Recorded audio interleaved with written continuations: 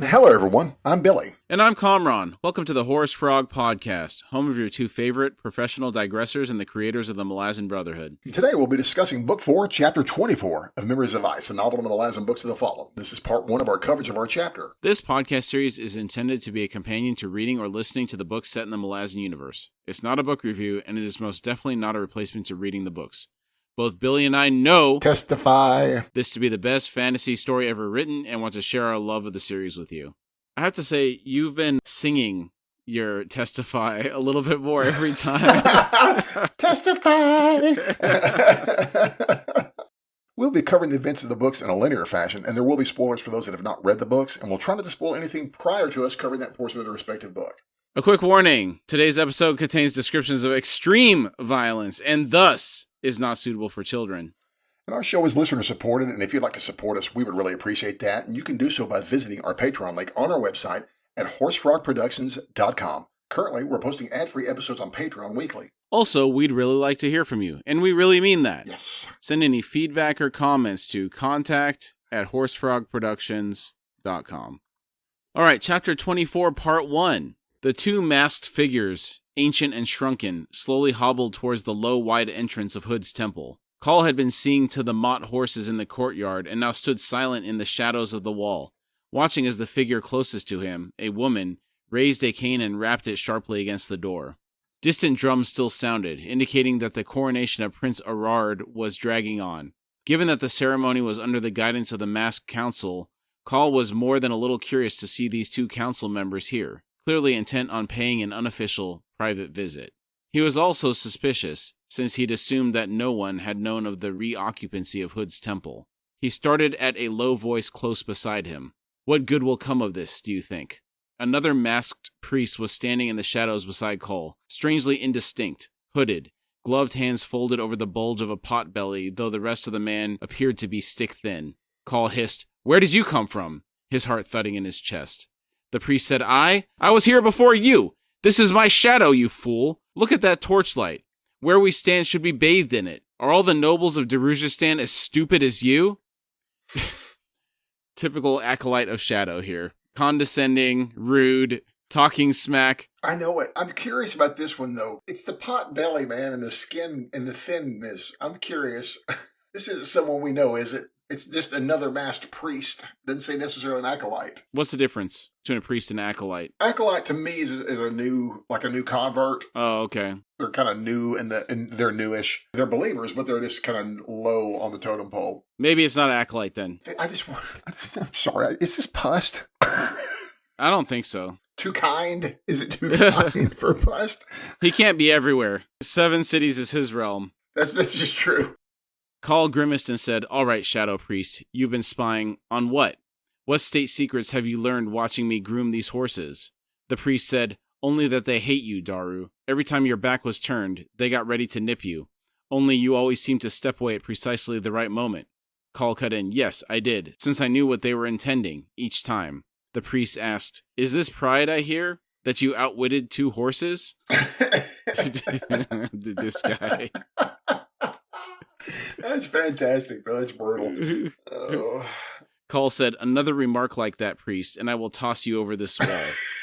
The priest said, You wouldn't dare. Oh, all right, you would. Come no closer. I will be civil, I promise. Both turned around at the sound of the temple door squealing open. Wrath Shadowthrone whispered, Aye! Who is that? Okay, so I didn't know this was Wrath Shadowthrone at the beginning of the chapter, and we've seen enough of him to know what type of character he is. Yes. These comments are unsurprising given the nature of his, shall we say, confrontations with Stani. At least he hasn't called someone a stupid slut in this conversation, so. Yeah. Oh, golly. Yeah, apparently the Shadow Priests talk a bunch of mad crap, don't they? I love it. Oh, yeah. It must come with the territory. It must come with territory. A smack-talking game that they play to try to get into the temple to work there. It must be. It's something. It's gotta be something. An insult game to get in. Or your mama. It's like it's the Malazan version of Yo Mama. Yeah. The Player Haters Ball, Malazan Universe style. Oh, golly. I'm sorry. You took me completely by surprise on that one. Wow. Oh. Actually, that's an idea for a t-shirt. Oh, the Malazan player haters ball. Yeah. Oh. Gonna hate. Call said, my friend, Murillo. Wrath Shadowthrone said, no, you idiot, the other one. Call said, the one with the swords, you mean? Ah, well, he works for Hood. Wrath Shadowthrone asked, and is Wrath Hood aware of this? Call said, you're asking me? Wrath Shadowthrone said, well, has he paid a visit? Call said, no. Wrath Shadowthrone exclaimed, the brainless idiot. Call grunted and said, is that a quality all your acquaintances share? Wrath Shadowthrone muttered, so far. Call said, those two. What kind of masks are they wearing under those cowls? Wrath Shadowthrone said, you mean, do I recognize them? Of course I do. The old man's Wrath Tog. The older woman's Wrath Fandere. On the council, we use them as bookends. In all my years in the thrall, I don't think I've heard either one say a word. Even more amusing, they're lovers who've never touched each other. Call asked, how does that work? Wrath Shadowthrone said, use your imagination, Daru. Ho, they're being invited inside. What bubbles in this cauldron? Call said, cauldron? What cauldron? Wrath Shadowthrone said, shut up. Call smiled and said, well, I'm having too much fun. Time to go inside. Wrath Shadowthrone said, I'm going with you. Call said, no, you're not. I don't like spies. With that, Call's fist connected with the priest's jaw. The man dropped in a heap. Man, he dropped him like a sack of potatoes. And it's about time someone put him in his place after all the way he's been treating everybody. Absolutely. Yeah, thank you, Call, for been waiting for someone to adjust that fella's attitude for a while. Unlike you. It's nice to see it done. The shadows slowly dissolved to flickering torchlight. Call rubbed at his knuckles, then set off for the temple. He closed the door behind him. Murillo, the warrior, and the guests were nowhere to be seen. He strode to the entrance to the chamber of the sepulchre. One of the doors had been left slightly ajar. Call nudged it open and stepped through. Murillo sat close to where they had laid out a cot for the Maib. The burial pit remained empty, despite the undead warrior's constant instructions to place the old woman within it. The sword-wielding servant of Hood stood facing the two masked counselors, the pit between them. No one was speaking. How many times do you think the Knight of Hood repeated himself while trying to convince these two to put her in the pit? Oh, yeah. I have no idea. It's at least, I'm like you, it's going to be days minimum, probably maybe a week. But how long? This has been going on for some time, dude. And my speculation on this is that, what do you think the argument consists of? Is it even an argument? It's like the Knight of Death going, put her in the hole. The other's like, this ain't happening. Yeah. Put her in the hole. Ain't happening. It just goes on for just like a week, you know? It's got to be brutal, dude. He's going to wear them down eventually. He can't be worn down. Yeah, they're already frazzled. Yeah. So he's probably of singular mind. Yeah. He repeated himself twice when this was initially revealed, within 2 sentences. So yeah, I suspect it's just been a constant. He doesn't sleep. It's probably just like a constant over and over. Oh, put her in the hole. It's like the kid's nagging you until you just finally give in. Yeah, it'll work. Maybe he'll get him in there. Yeah. Call approached Murillo and whispered, "What's happened?" Murillo said nothing, not a word, unless they're jabbering in their heads, but I doubt it. Call said, "So, they're all waiting then." Murillo said, "So it seems. Abyss take us. They're worse than vultures." Call studied his friend for a long moment and said, "Murillo, were you aware you're sitting on a corner of Hood's altar?" Do you think he's actually sitting on a corner of Hood's altar, or is Call just messing with him? I don't know. I want to think it's Call just jerking him around a little bit, just trying to get a jump out of him. I agree, because Call seems to be in a playful mood right yes. now. So. Well, the conversation has not been too scintillating for the past couple of days talking about the Night of Death, so it's like I'm sure he's looking for any excuse to blow off a little steam. Yeah, probably. The land beyond Coral's north wall was forested parkland, glades divided by stands of coppice trees that had not been trimmed for at least 3 seasons. And to me that means it's likely been 3 years since the seer gained power and things began to fall apart. Yeah, and I agree with that. And what's crazy is that's not very long for this whole country to be kind of wound down or destroyed, was it? No, not really. Well, you saw how fast in the Seer Damon's story about his family. Yeah. It was only a couple weeks before the whole family fell to the cult. Yeah, that's true. So the collapse was super fast, man. It's really sad. Yeah. The trader road wound like a serpent through the parkland, straightening as it reached a 200-pace wide killing field, then rising in a narrow stone bridge over a steep, dry moat just before the wall. The gate was a massive construction, the track through barely the width of a wagon, and overhung with abutments. The doors were sheeted bronze. Lieutenant Picker blinked sweat from her eyes. She had brought Ansi and his squad as close as possible, lying flat along the edge of an overgrown woodcutter's path 30 or 40 paces up the mountainside's east-facing flank. Coral's high walls were to their right, southeasterly. The killing field directly opposite of the parkland to their left. Packed ranks of Panyan Becklites had assembled in the killing field, were arranged to face the mountain, and the entrenchments now held by Dujek and 6,000 of One-Arm's host. Ansi, who was lying beside her, grunted and said, "There, coming through the gate. That's some kind of standard. And that clump of riders, sitting too tall." Picker said, "A Septarch and his officers. So, Ansi, does your count match mine?" Ansi tugged on his mustache and muttered, 25, 30,000. Picker said, "But we've the high ground." Ansi cut in, "Aye. Only those trenches and tunnels weren't meant to be defended. They were hiding places. Too many straight lines, no cul-de-sacs, no funnels, no chance for an enfilade, and too many hood-damn trees." Picker said, "The sappers are—" Ansi interrupted, "They ain't got the time!" Picker said, "So it seems. Mind you, do you see any of those condors gathering to join the assault?" Ansi said, "No, but that don't mean—" Picker cut in, "What it means, Sergeant, is the seer is holding them back. He knows we're not the main punch. We messed up his ambush and knocked out a company, and no doubt that's irritated him enough to send out, a third of his army? Maybe a cadre of mages to guard the Septarch? And if they find out we're a bear in a den, I doubt they'll push." Ansi interrupted, "Unless the seer decides that killing 6,000 of the host is worth a third of his army, Picker. If I was him—" Picker grimaced and said, "Aye, me too." She thought, "I'd annihilate us, stamp us out before the rest arrive." Picker continued, "Still, I don't think the seer is that sharp after all. What does he know of the Malazans? Distant tales of wars far to the north, an invasion that's bogged down. He'd have no reason to know what we're capable of." Ansi said, "Picker, you're fishing with a bare hook. The seer knows we've somehow jumped onto his entrenchments, knows we slipped past those condors without tickling a single beak, knows we knocked flat an entire company using Maranth munitions, knows we're sitting here watching this army assemble, and we ain't running. Knows, too, we ain't got any support, not yet, and maybe, just maybe, we jumped in the slough before the shit settled." Picker said nothing for a time. The Panyan legions had settled, officers dispersing to take positions at the head of each one. Drums rattled, pikes lifted skyward. Then, before each arrayed legion, sorcery began to play. Picker thought, "Oh." She said, "Where's Blend?" Blend said, "Here." Picker said, "Hightail it back to Dujek." Blend said, "Aye, Lieutenant. We're in it now." Here we go, ladies and gentlemen. Ooh, it's about to get hairy. Squatting on the lead embankment above the slope, Quick Ben slowly straightened. He said, "Spindle, Blue Pearl, Toes, Shank, to me if you will." The four mages scrambled to his side and all were babbling. One said, "A dozen sorcerers." Another said, "Drawing from the same warren." Yet another said, "And it's clean and ugly." One said, "They're weaving quick." Another said, "Working together." Quick Ben shouted, "Be quiet, all of you." Toes said, "We're all gonna die." Quick Ben shouted, "Damn it, Toes, shut up." He glared until the four men settled. It's one of these things that I can just hear it.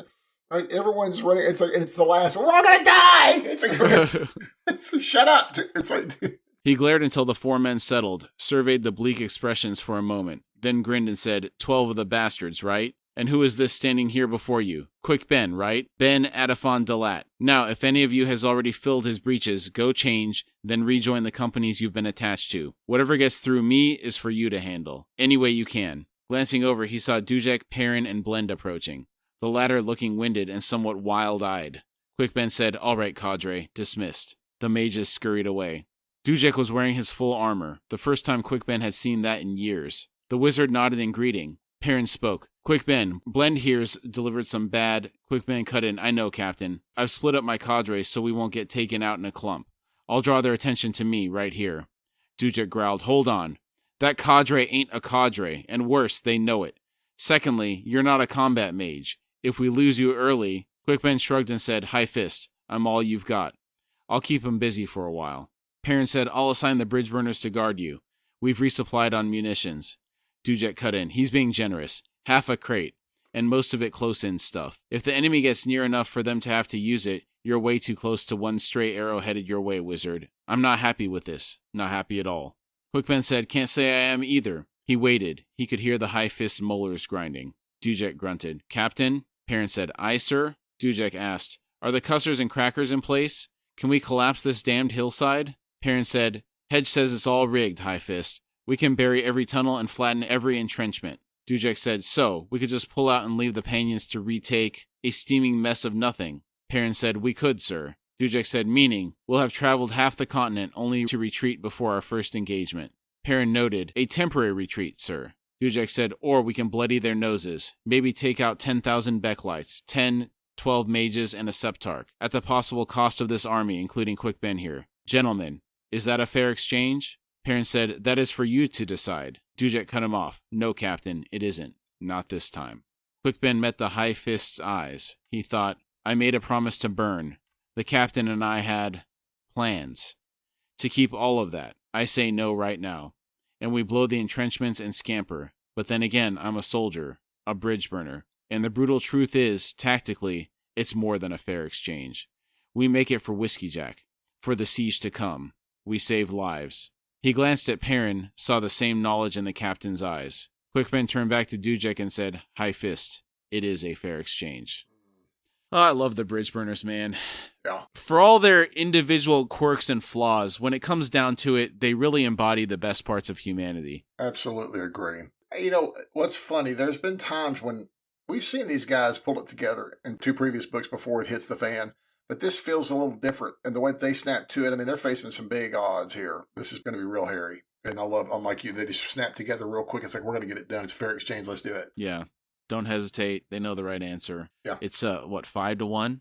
6,000 versus 30,000? Yeah. Crazy. Pretty rough. Dujek reached up and lowered his helm's visor. He said, all right, let's get to work. Quickben watched the 2 men leave. Then he sighed and asked, what do you want, Blend? Blend said, sir? Quickben said, don't you sir me, woman. Are you planning on rejoining your squad anytime soon? Or do you want a close look at my impending demise? Blend said, I thought I might, give you a hand. He faced her, eyes narrowing. He asked, how? She said, well, and drew out a small stone from round her neck, then continued, I picked up this charm a few years back. Quickben's brows rose. He asked, and what is it supposed to do, Blend? Blend said, makes me harder to focus on. Seems to work pretty good. He asked, and where did you come by it? Blend said, an old desert merchant in Panpotson. That's 7 cities, in case anyone forgot. Quickben smiled and said, keep it, lass. Blend said, but... Quickben cut in, if you weren't wearing it, you wouldn't be Blend anymore, would you? She said, I suppose not, only... Quickben interrupted, return to your squad, and tell Picker to keep her lads and lasses tight and out of the scrap. You're to remain on that far flank, watching the city. If the Condors suddenly show, get back to me as fast as possible. Blend said, aye, sir. He said, go on then. She hurried off. He thought, well, damn me. The lass buys a worthless piece of stone from a Grawl swindler, and suddenly she's invisible. Raw but pure talent, right in her bones, and she doesn't even know it. 2 weeks ago, we were talking about Blend's talent at hiding. This confirms that she is an adept and doesn't even know it. I guess this info must have been deep in my memory somewhere. I just couldn't remember where I learned it. Right. And I seem to remember for some reason, I felt that she was an adept, but I seem to remember the stone thing and that she thought it was helping her, but she was actually doing it. Hidden beneath fronds and brush, Picker and her squad had a clear view of the Panion legions, the front lines reaching the base of the treeless ramp that led to the entrenchments. Gray sorcery spun a wall of tangled webbing before the chanting Becklights. The Seer Domin commanders were wreathed in the magic, advancing now on foot ahead of their companies, marching upslope with an air of inexorability. The image of the Seer Domin leading the charge on the ground while enwreathed in sorcery is not something that we've seen in these books. Large battles have mostly had ground troops clashing against each other directly, with the exception being the Enfilade at Pale. I see these guys as heavily armored evil clerics. How about you? Yeah, that's how kind of I'm seeing it. What's funny, I'm like you.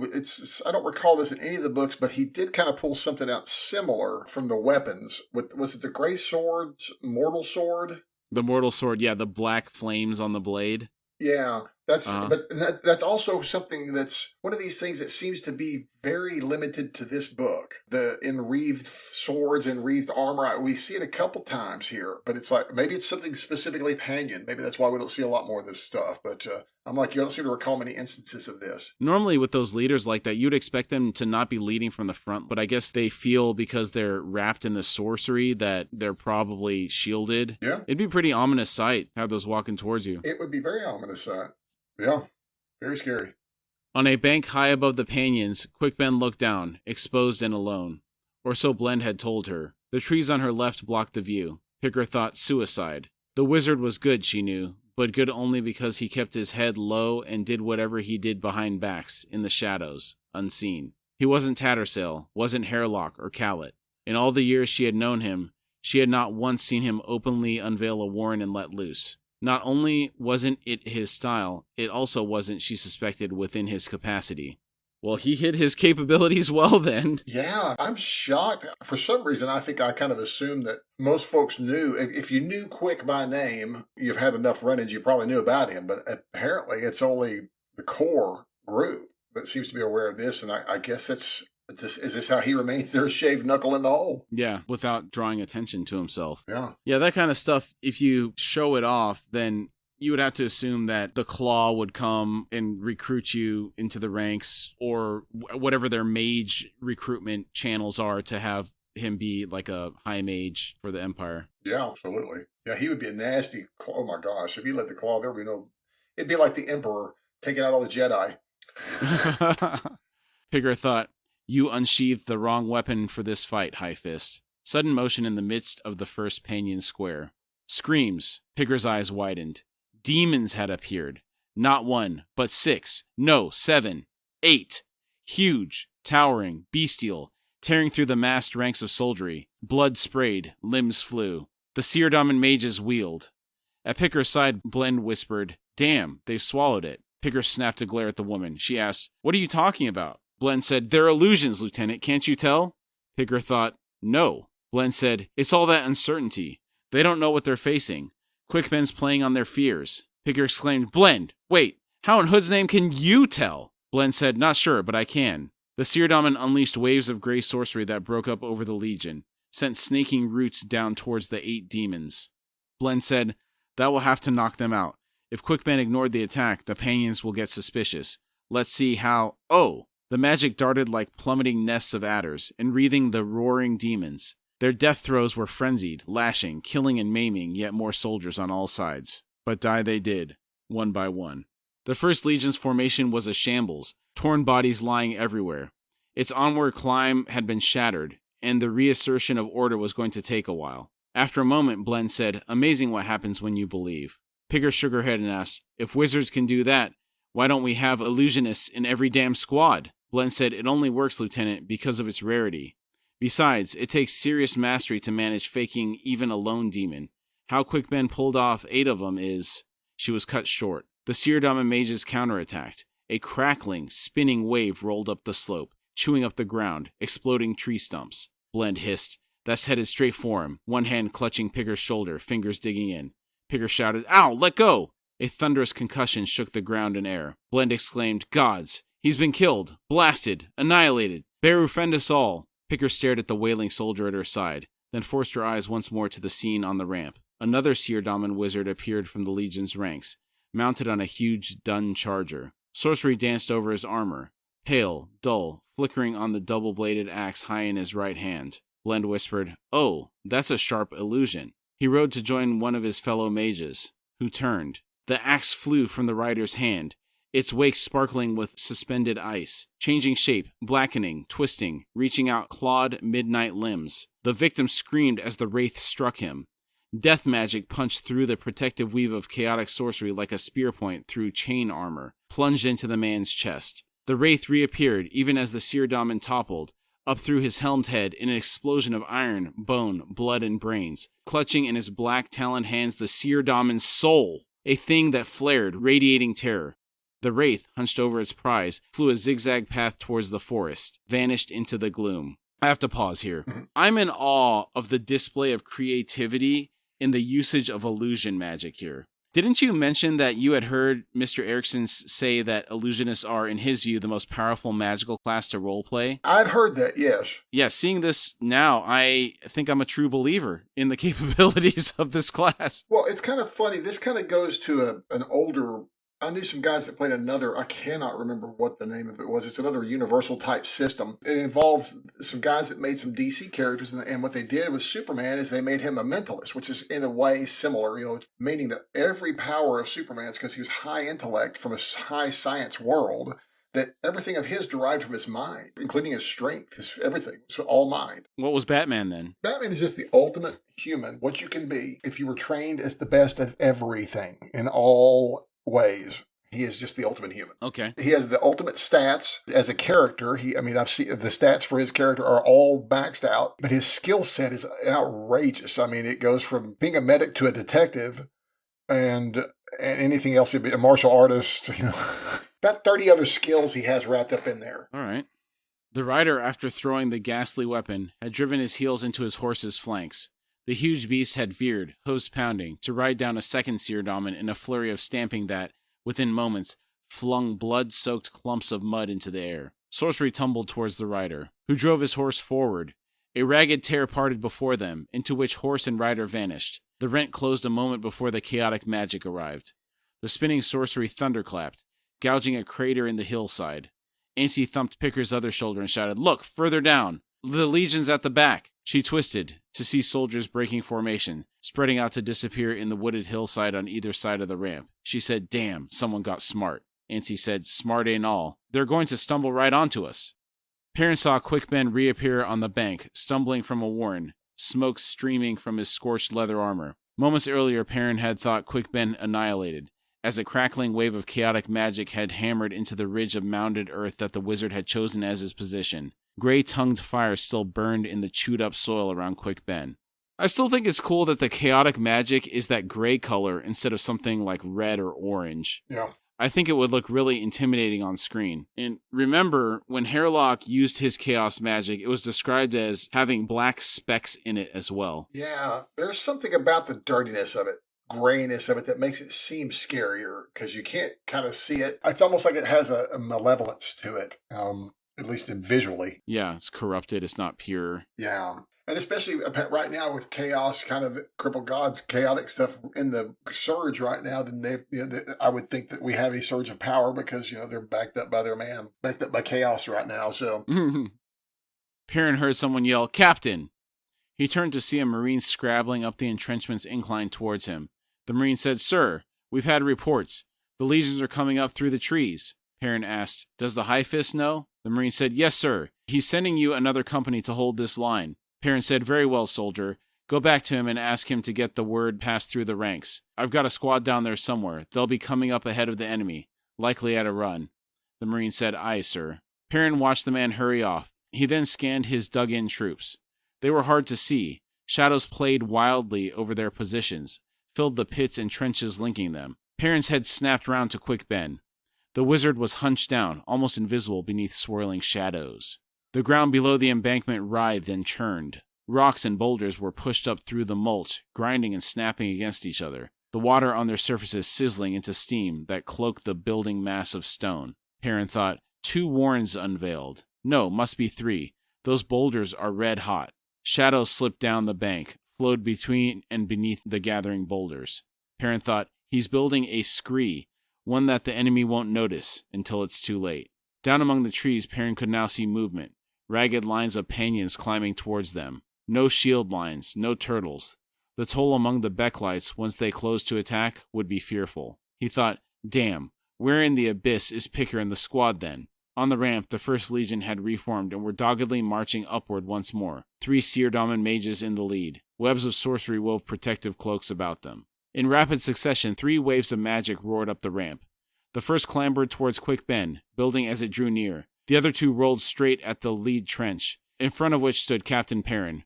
Perrin wheeled and bellowed, "Everyone down!" then threw himself flat. There was little point, he well knew. Neither his shouted warning nor his lying low would make any difference. Twisting round through the damp mulch, he was able to watch the tumbling wave approach. The first one, aimed at Quick Ben, should have struck by now, but there was no sound, no dreadful explosion. except far down the slope, shaking the ground, shivering through the trees. Distant screams. He could not pull his gaze from the magic rushing up towards him. In its path, only moments before it reached Perrin and his soldiers, a flare of darkness, a rip through the air itself, slashing across the entire width of the ramp. The sorcery plunged into the warren with a hissing whisper. Another detonation, far below among the massed legions. The second wave followed the first. A moment later, as a third explosion echoed, the warren narrowed, then vanished. Disbelieving, Perrin twisted further until he could see Quick Ben. The wizard had built a wall of heaving stone before him, and it began to move amidst the flowing shadows, leaning, shifting, pushing humus before it. Suddenly the shadows raced downslope between the trees in a confusing, overwhelming wave. A moment later the boulders followed an avalanche that thundered, took trees with it, pouring like liquid towards the ragged lines of soldiers climbing the slope.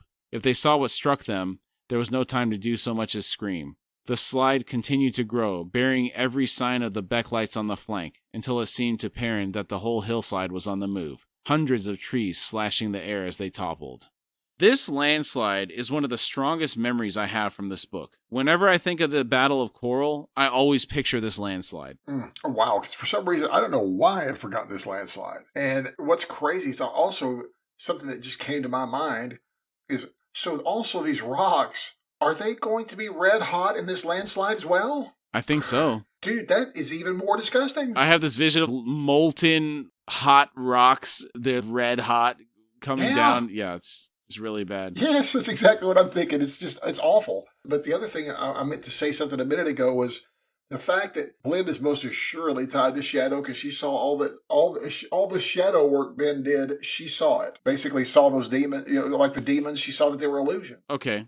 I hadn't made that connection that she was aspected to that yet. Well, maybe I'm curious if that's what she's asked, because something has tied that together so she can, maybe Shadow is Shadow Throne, Mianus, right? Yeah. So maybe she can spot all that stuff. It has to do with illusion, hiding yourself. So it's all tied together for her. And she just is truly an adept. She just kind of just knows it. Instinctively knows it. Uh-huh. And also, Quick Ben has brought the pain in this book, hasn't he? Oh, yeah. Multiple times he's brought the pain, man. I think he's going to be nominated for MVP, potentially. Yes. Malazan MVP, yeah, Memories so. of Ice. yeah. I think he is the MVP of this book. Golly, he's whoo. Yeah, he'll be in the All-Star game for sure. Yeah. Wow, that's some nasty stuff there. I feel like we've been told about all his wards, but at the same time, it's like he seems to have more that we're unaware of, I feel. Or he's just creative in his use. Yeah, the new ones keep popping in all the time. Yeah. Sharpers exploded on the opposite flank, drawing Perrin's attention. The Becklights on that side had reached the entrenchment's bank. Following the deadly hail of sharpers, pikes rose above the trench's line, and the Malazans poured up the side to form a bristling line atop the bank. Among them, heavy armored marines with assault crossbows. The Becklights struggled upward, died by the score. Then, at almost point-blank range, sorcery lashed the Malazan line. Bodies exploded within the gray fire. As the miasmic magic dwindled, Perrin could see naught but mangled corpses on the bank. The Becklights swarmed upward. Overhead, a condor trailing gray flames climbed laboriously back into the sky. And there it is. The condors have been unleashed. What a terrible amount of power they have. Yeah, they are nasty. I have a picture down here for you. In Final Fantasy X, this is a zoo. That stuff around the edge kind of moves and rides like shadow flame around them. And oh, wow. And they're about as big as the condors here. They're, easily the size of a huge longhorn cattle with wings flying. And they're nasty. Oh. And that's kind of what I imagine these things look like in a weird way. That's a pretty good rendition. Actually, yeah. Isn't it? I like that. They're nasty. That's cool. It's like, those are nasty. Those condors are nasty. I just picture the Skeksis, or whatever they're called. Yeah, they do. They got a little Skeksis vibe to them, yes. After you made that connection, it really sealed the deal. I was like, man, that's exactly the problem. Oh. A flight of 30 Black Maranth darted to meet it. A score loosed crossbow quarrels towards the huge bird. Gray lightning lashed out from the condor, incinerating the missiles. A writhing wave blighted the sky, swept through the Black Maranth. Armor and flesh exploded. Quick Ben stumbled to Perrin's side, frantically cleared the mulch away in front of the captain, until a patch of bare earth was revealed. Perrin said, "What are you?" Quick Ben cut in, "Draw that damn bird, Captain, with your finger. Draw a card." Perrin said, "But I can't." Quickben shouted, "Draw!" Perrin dragged his gloved index finger through the damp earth, beginning with a rectangular outline. His hand shook as he attempted to sketch the basic lines of the condor. He said, "This is madness. It won't work. Gods, I can't even draw." Quickben asked, "Are you done? Is that it?" Perrin asked, "What in Hood's name do you want?" Quickben snapped, "Fine!" Then made a fist and thumped the image. Overhead, the demonic condor had begun another dive. Suddenly, its wings flapped wildly, as if it could find no air beneath them. The creature plummeted straight down. Quickben leapt to his feet, dragging Perrin upright with him. He shouted, "Come on! Pull out your damn sword, Captain!" They sprinted along the bank, the wizard leading them to where the condor had landed just beyond the overrun trench. Moments later, they were running through the steaming shards of armor and smoldering flesh, all that was left of the company of Malazans. The first wave of Becklights had fought their way to the second trench and were locked in fierce battle with Dujak's heavy infantry. To Perrin and Quickben's right, downslope, the second wave was less than 30 paces away. Quickben screamed, "Another seer domin!" as he dragged Perrin to the ground. Sorcery leapt from the second line of Becklights, ripped straight for the two men. Quickben twisted on his side, cursing. He shouted, "Hold on, Captain!" A warren opened around them, and they were suddenly underwater, armor pulling them down into darkness. Gray light streaked wild and savage directly above, a thundering concussion visibly descending towards the two men. Water exploded on all sides, hard roots cracking against Perrin's ribs. Coughing, gasping, he clawed at mud. A hand closed round a strap of his harness, began dragging him across the sodden forest floor. He asked, "Where's your damn sword?" Perrin managed to pull his legs under him, then stumbled upright. He said, "Sword? You bastard! I was drowning!" Quickben exclaimed, "Damn! You'd better hope that bird's still stunned." A murderous glance revealed Quickben's sorry state. Blood streamed from the man's ears, nose, and mouth. His leather armor had split along every seam. Perrin looked down to see that his own banded armor was similarly mangled. He wiped at his mouth. His gauntlet came away smeared red. Perrin said, "I've got my pig sticker." Quickben said, "Pull it out. I think we're close." Ahead, between the trees, broken branches littered the floor. Smoke drifted from the ground. Then Perrin saw it. Quickben's warning grip on the captain's arm indicated that the wizard, too, had detected the black mass in the shadows off to one side. A mass that glistened as it moved. The flash of a pale gray neck. The glimmer of a hooked beak. Tendrils of sorcery. Dancing, building. Perrin hesitated no longer, rushing past Quickben, knife sliding from its scabbard. The creature was huge, its body the size of a female Bedouin, the neck rising from hunched shoulders like a snake, black, slimy head with nightmare eyes swinging towards him. Maybe these things are larger than we thought. I think of a Bedouin as roughly bison-sized, maybe a bit larger. Yeah. You need some pretty big wings to get airborne with a body that large. Yeah, I'm like you. That's not the head and the wings. That's just the body. Is that? Yes. It's the size. It's like, good golly. You need, 30-foot minimum wingspan to lift something like that? Probably. Or is it 30 inches? I'm sorry. That's my Spinal Tap reference. That's my Spinal Tap reference. Oh, I love that. You always got to get your measurements right. Otherwise, you might have a little diorama on stage instead of That's right. Appropriately sized That's right. recreation Stonehenge. of Stonehenge. Instead of the appropriately sized Stonehenge. Something whipped past Perrin from behind. A wraith, clawed hands reaching for the condor. The creature hissed, recoiling, then the head snapped out. Sorcery flashed. The wraith was gone. Do you have any idea what this wraith was? I have no idea. In the next paragraph, it's going to be established that Perrin and the Shadowhound are still linked, but this didn't sound like a Shadowhound to me. No, it did. It's almost reminiscent of that wraith that Quickben used to steal that Seerdaman's soul. Yes, that's exactly what it feels like. So maybe Quickben summoned it? That might be.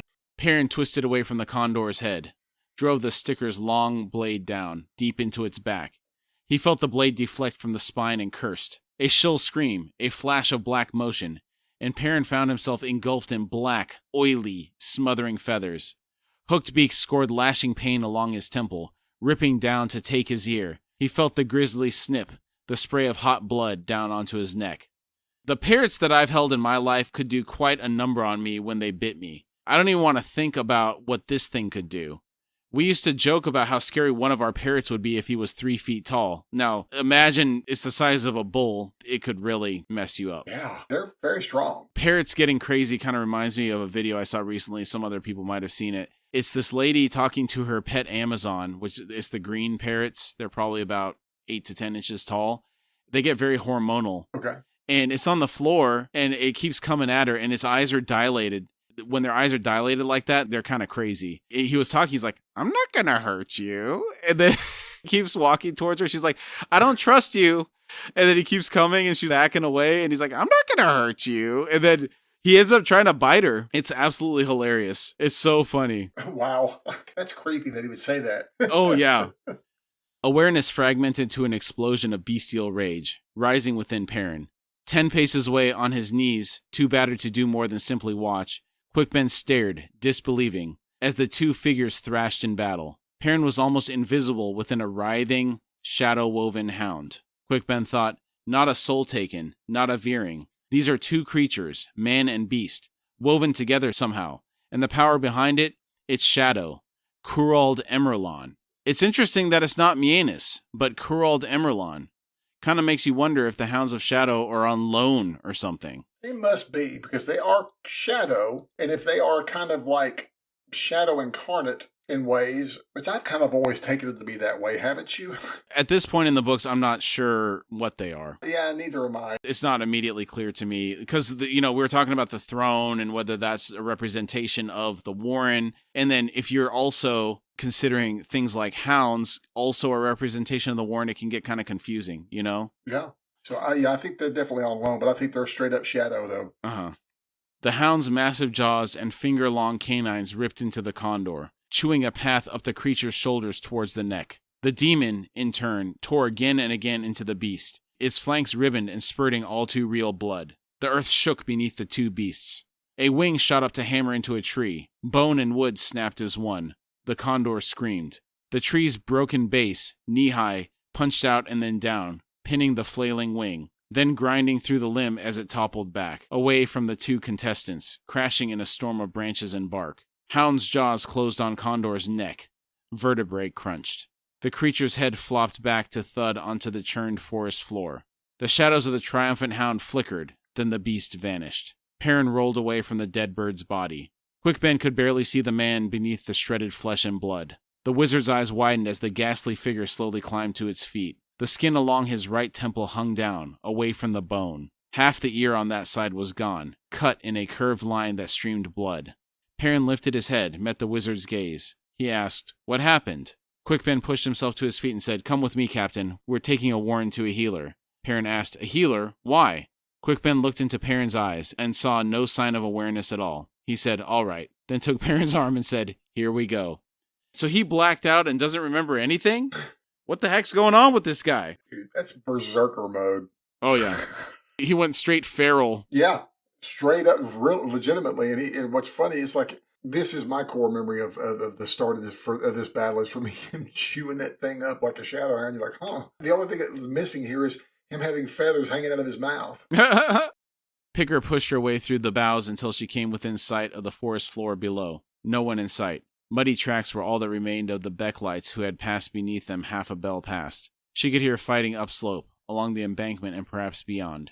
The explosions of sorcery that had struck the legions at the base of the ramp had not continued, a cause for worry. They'd had a worse scare with the avalanche, but his path had missed them by 100 paces or more. She thought, as if Quickben had known where we were, somehow. Even more incredible, that damned wizard also managed to control the descent of a third of the mountainside. Maybe if a dozen high mages had showed up to give him a hand, I might believe it. Or a god. With that chilling thought, she began to make her way down the tree. That's the first time she's ever seen him do anything like that. No wonder she doesn't believe it was him alone. Yeah, I'm guessing this is, for the people that are in this battle, this will be the first time a lot of his other semi-close people in the Bridge Burners have seen him cut loose. Part of me wonders, I just had this realization, when she suspects that a god might have been involved, is he amped up because he's channeling Hood right now? Ooh. Oh, wow. He could be. He very well could be. Yeah, maybe he's taking advantage of that. He knows what he's doing in all aspects. I've seen this guy, he's never overextended himself. He's come close before, but he seems to know exactly how far to push it. Part of me thinks that maybe without that power, he's not technically that strong, but he has the knowledge. Getting access to those power reserves are allowing him to do things he normally wouldn't do, maybe? Yeah, maybe so. And especially having, what's-his-face there on his shoulder giving him energy. Right. Talamandus keeping him cleaned up. There had been condors in the sky earlier, and at least one had attacked the Malazan defenses. Briefly. Where the others had gone, she had no idea. She thought, not here, thank Hood. She dropped the last man's height to land on the ground in a jangle and clank of armor. Someone said, that was subtle. Picker spun and said, damn you, Blend. Blend said, shh, sir. Picker asked, do you know where the others are? Blend said, more or less. Want me to collect them? Picker said, that would be useful. Blend asked, then what? Picker thought, damned if I know, woman. She said, just get them, Blend. Blend said, aye, sir. Perrin awoke to the stench of vomit, which he realized from the stale taste in his mouth was his own. Groaning, he rolled onto his side. It was dark. Muted voices conversed nearby. He sensed, but could not quite see, that others lay in the trench he'd found himself in. He thought, other casualties. Someone approached, a wide, burly shape. Perrin reached up to his temple, winced as his fingertips touched knotted gut. He tentatively traced the wound's length down to a mass of damp bandages covering his ear. Someone said, Captain? Perrin asked, that you, Mallet? Mallet said, aye, sir. We only just made it back. Perrin asked, Picker? Mallet said, the squad's still breathing, sir. Had a couple of scrapes on the way up, but nothing to slow us much. Perrin asked, why is it so dark? Mallet said, no torches, sir. No lanterns. Dujak's order. We're assembling. Perrin thought, assembling. No, ask that later. He said, is Quickben still breathing? The last I remember, we were closing on a downed condor. Mallet said, aye, though from what I hear, it was you plucking the goose, Captain. He brought you here, and the cutters put you back together, more or less. Mostly superficial, you'll be glad to hear. I've come to make your face pretty again. Perrin slowly sat up. He said, there's plenty of soldiers around me who need your healing touch more than I do, Mallet. Mallet said, true enough, sir. Only Dujek said, Perrin said, I'll carry my scars, healer. See what you can do with these wounded. Now, where will I find the High Fist and Quick Ben? Mallet said, headquarters, Captain. That big chamber. Perrin said, I know it. He rose, stood for a moment until the spinning nausea passed. He asked, now a more important question. Where am I? Mallet said, main trench, sir. Head left, straight down. Perrin said, thanks. I'd like to take a moment to recognize how Perrin put the other, more seriously wounded soldiers ahead of getting his magical plastic surgery done. It was a pretty stand-up move. Yeah, absolutely. And you and I have covered this extensively in Gardens of the Moon, how much we really liked Perrin this read-through. And for some reason, I don't know why I didn't seem to like, I felt like I didn't like him previous read-throughs until way later in the book. And he's like, dude, this guy's great, man. He's truly become one of my faves. But it's just so funny how he's been that way. And for one of the things I believe, I kind of forget sometimes, is he seems to be our eyes into the series. Because for me, I feel that way because we see him page 1 of Gardens of the Moon. You know, he's our introductory character. Yeah. I think part of my recollection of him was centered around focusing on the majority of the book, him fighting himself and having the ulcers and Tattersail and, you know, that whole moping around. But I think I'm focusing on his other attributes more now, and that's probably what's changed my viewpoint of him. Yeah, agreed. He's been great, man. Perrin slowly threaded through the rows of wounded Marines. The fight, he saw, had been bad, but not as bad as it might have been. Dujak's Unton bodyguard commanded the tunnel's entrance. By their kit, they'd yet to draw blades. Their officer waved the captain past without a word. 30 paces later, Perrin reached the chamber. Dujek, Quickben, and Picker were seated at the map table, a small lantern hanging from the wood beam ceiling above them. All three turned in their chairs as Perrin entered. Dujek scowled and asked, didn't Mallet find you? Perrin said, he did, High Fist. I'm fine. Dujek said, you'll be seamed with scars, lad. Perrin shrugged, then asked, so, what has happened? The Becklights don't like fighting at night? Dujek said, they've withdrawn. And before you ask, no, it wasn't because we were too hard. They could have pushed. And if they had, we'd be double timing through the woods right now. Those few of us still able to draw breath, that is. Only one of those condors came after us as well. We've been sitting here, Captain, trying to figure out why we got off so easy. Perrin asked, any possible answers to that, sir? Dujek said, only one. We think Whiskey Jack and Brood are closing fast. The seer doesn't want his forces tangled up with us when they arrive. He also doesn't want to risk any more of his damned condors. Quickben muttered, one was more than enough. Quickben's exhaustion left the man looking aged, almost bent as he leaned on the table with both arms. Bleary, red-webbed eyes fixed on the table's scarred surface. Numbed by the sight, Perrin pulled his gaze away, back to Dujek. He said, Mallet said we were assembling, sir. Since Lieutenant Picker is here, I assume you have something in mind for the bridge burners. Dujek said, we do. We were just waiting for you, Captain. Perrin nodded, said nothing. Dujek growled, these trenches are indefensible. We're too exposed up here. 2 or 3 more of those condors will finish us, and the Black Moranth. And I won't risk sending any more Moranth messengers back to Whiskey Jack. The seer's birds cut the last ones down before they'd gone 1/10 of a league from the mountainside. This close to Coral, it seems they're willing to fly at night. Nor is Quickben in any shape to try to magically contact Whiskey Jack. So we're not waiting. Perrin thought, we're going into Coral. From the night sky, straight down into the damn streets. He said, understood, High Fist. And the bridge burners are the first in, sir? Dujek said, first in, then slowly nodded. Perrin thought, and last out. Dujek said, you're to strike straight for that keep. Knock a hole in the wall of its compound. The Black Maranth will take you in as close as they can. Perrin said, sir, if Brood and Whiskey Jack aren't as close as you think. Dujek shrugged and said, as I said earlier, Captain, this ain't the place to be waiting for one or the other. We're all going in. My first wave will be half a bell behind you. Perrin thought, this could drop us into a viper's nest. He said, the lieutenant and I had better ready the squads then. Dujek said, aye. You'll have Quickben with you, and the mages, his cadre, are back with their respective squads. Hedge and the rest of the sappers have 6 custers between them, 10 crackers and 20 sharpers. You're to breach the wall, then pull back to us. Don't go after the seer yourselves, understood? Perrin said, understood, High Fist. Dujek said, all right, you 3, get going. Dawn still almost 2 bells away. The mist drifted gray and low through the parkland north of Coral, reaching tendrils out onto the plain beyond.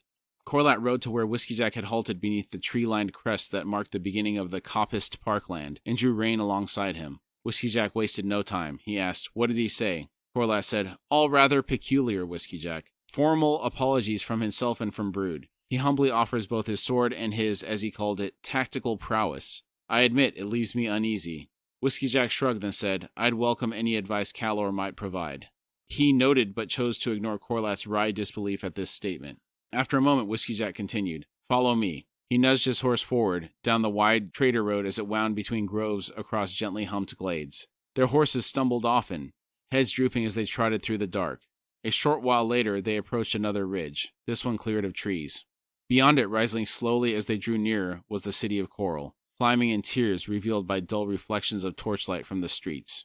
The dark mass of the keep was an indistinct presence hunched above the last visible tier. They reached the ridge and halted. Corlat studied the lie of the land before them. The killing ground before the city's wall was 1/6 of a league across, a single stone bridge spanning a ditch close to the wall.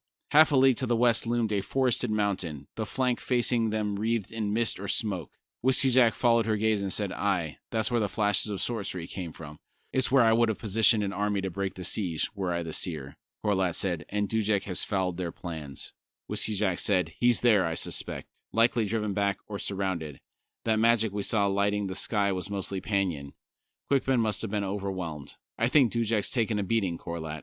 We need to draw the seer's attention away from that mountain. Buy the High Fist's time to regroup. She faced him, was silent for a moment, then said, your soldiers are dead on their feet, Whiskey Jack.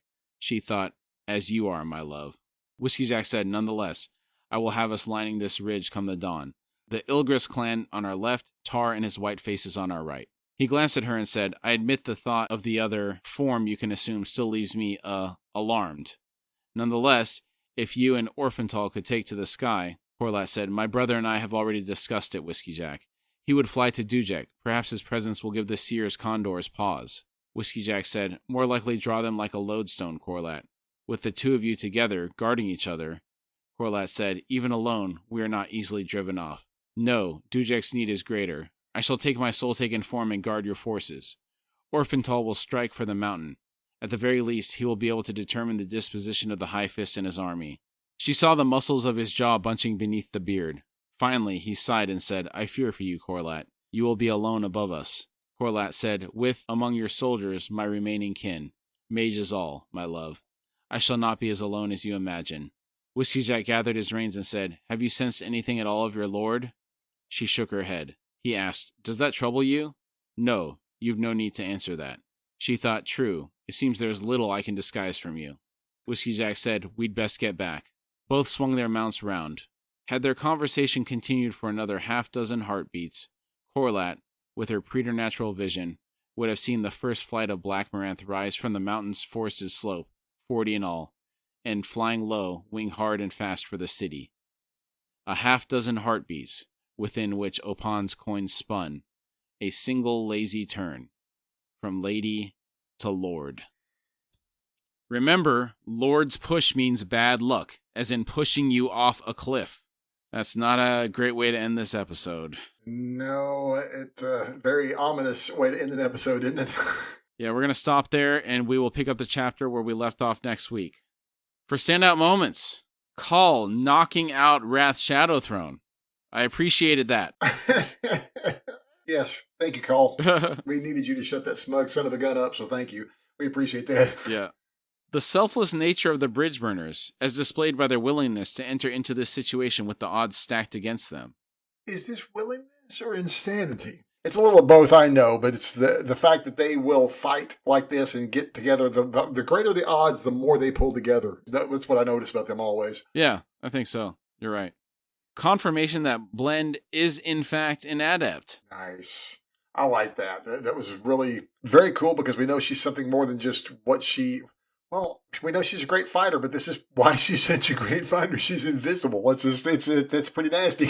Do we know that she's a great fighter? I know we've seen her hiding a lot. Have we ever seen her short of conking somebody on the head with the butt of her knife? Yeah, I'm not really sure. And hey, she survived with the bridge burners for a while. That must attest to something. Yeah, I always pictured her as more of a scout type character. You know, I think you're right about that because through a lot of this stuff, in particular through this forest land, they were doing scouting because she's so good at not being seen. Yeah. Mm-hmm. Quickben's creativity and resourcefulness in using his different warrens, especially the illusory magic. Simply amazing. It is. And I enjoyed that. I mentioned it a little bit earlier. I enjoyed Blend being able to spot the stuff that he was using that was shadow edged. But a question for you is, and I think I kind of brought this up and queried this earlier. We may have covered this about Quickben seeming to be so much more powerful. I mean, we know he's a powerful fellow, but the stuff he's throwing at these guys, that should have tired, you would think, would tire most even powerful mages out. I think that thing we stumbled upon, the fact that he's channeling Hood's own power, is what is happening here. Yeah. Okay. That's got to be it. It's like an amplified version of his own abilities.